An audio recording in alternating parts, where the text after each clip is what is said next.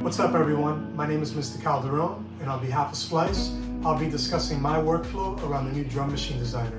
It was recently revamped in the latest version of Logic 10.5 update. In Drum Machine Designer, we're going to go over dragging and dropping samples from Splice, creating your own custom drum kits, and then learning how to save it. Also, we'll explore its intuitive interface along with this cool sequencer. Last but not least, I'll demonstrate to you how I incorporate my own custom drum kits for my production. Alright, with all that being said, let's get to it. Software instrument that I'm about to create, and to the left we have our channel strip corresponding to the track. We're going to go to the instrument slot and assign Drum Machine Designer. Now the Drum Machine Designer, as you can see here, the window, looks exactly like its previous iteration, but under the hood you have Quick Sampler, which is its primary engine.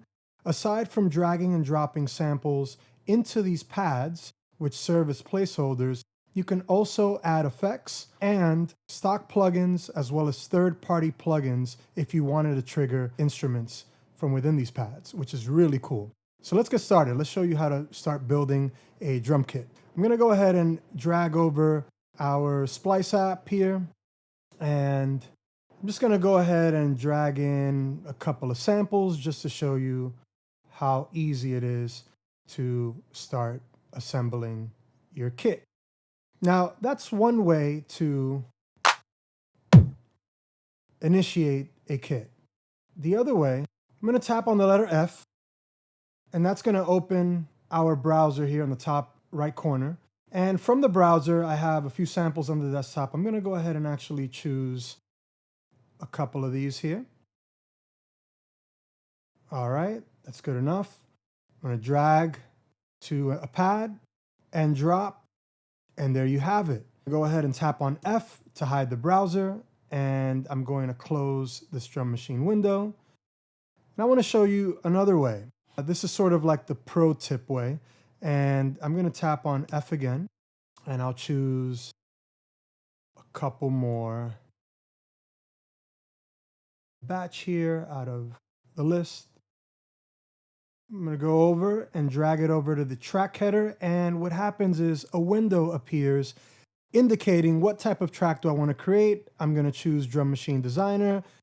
This is another way of initiating a kit in Drum Machine.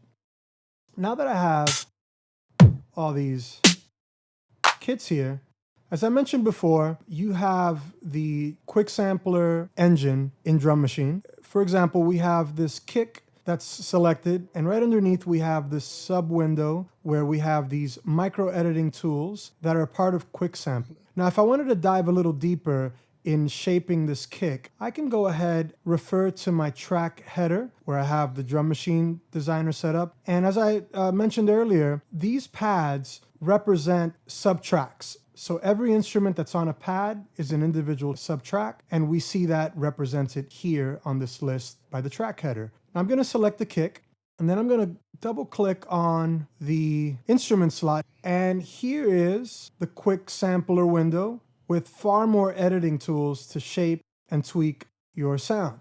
The other aspect of it, which I mentioned before, is the ability to actually add a plugin. So for example, if I click on this plus, I create a new instrument, and I'm going to refer to the track header here, instrument 15, just like instrument 15 that we have here.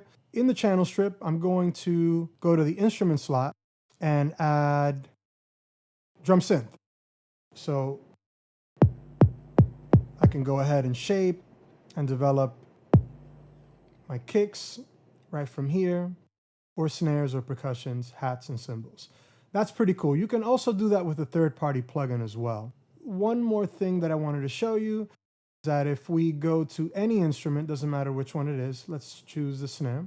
I can refer to the track here on the track header, and the reason why I'm going there is to be able to access the channel strip. And I'm going to go to the audio effects slot, and I'll add, let's say, Space Designer reverb here, and let's trigger that sound. There you go. So that's our snare with the reverb. All right, as I mentioned before, you also have the capability of recording a live sample directly into a pad. If you're a beatboxer and you have ideas to perform with live instrumentation, you can record it and capture it with your mic right into a pad. So I'm going to go ahead and actually select this plus, and it's going to create a new track, and that's track 16 or instrument 16. I'm going to go ahead and select it here and go to the instrument slot and choose quick sampler.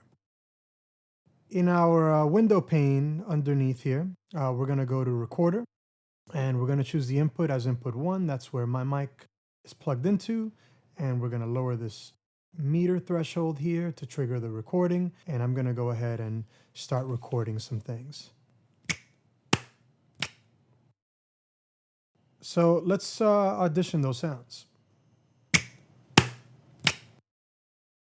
I think I like the middle one, so I'm going to grab this anchor and trim the starting point, and I'm going to go to the anchor on the bottom right, cut the end point of the sample. Let's hear what that sounds like. I can also pinch out with my fingers on the trackpad to zoom in, and let's hear what that sounds like. All right, sounds good. Okay, so now let's talk about how to save your kit that you've customized and you want to get it all accessible from Drum Machine Designer. So we're going to go over to the library. If we tap on the letter Y, the library opens up, and we're going to go ahead and double click on the instrument slot for Drum Machine.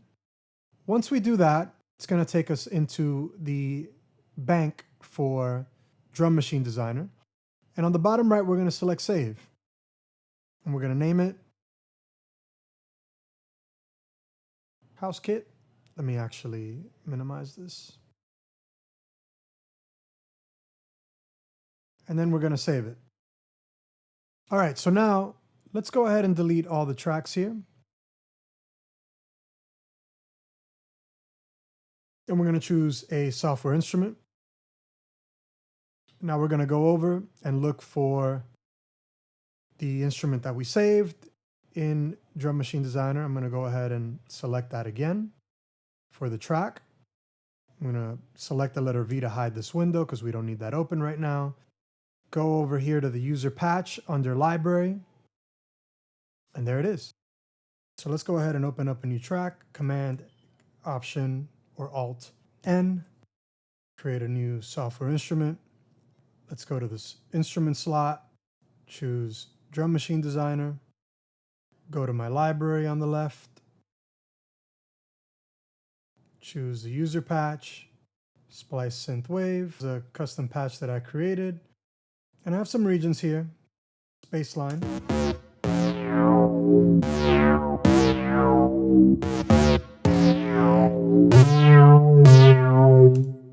Okay, so I'm going to grab the new instrument with the drum machine, and I'm going to control click in my workspace here and create pattern region. That opens up my sequencer. Once I have it open, I can also tap on E to hide it, E to display it again.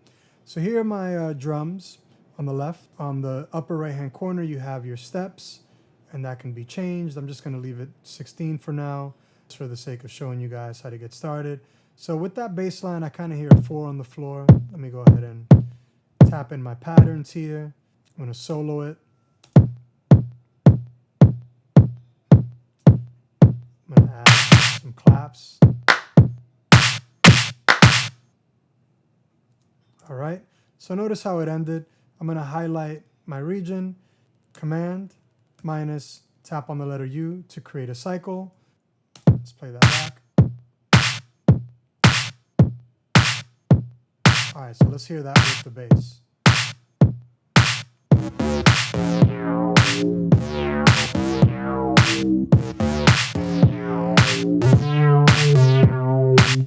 I'm going to hold down Option and drag, and I create another pattern here.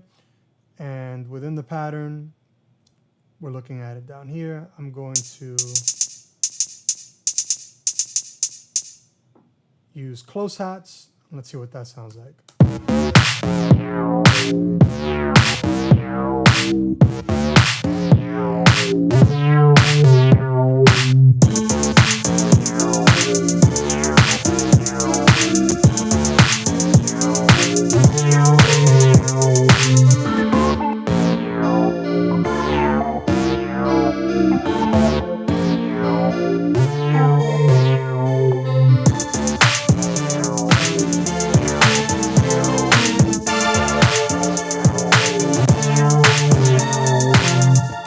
I hope everyone enjoyed this topic.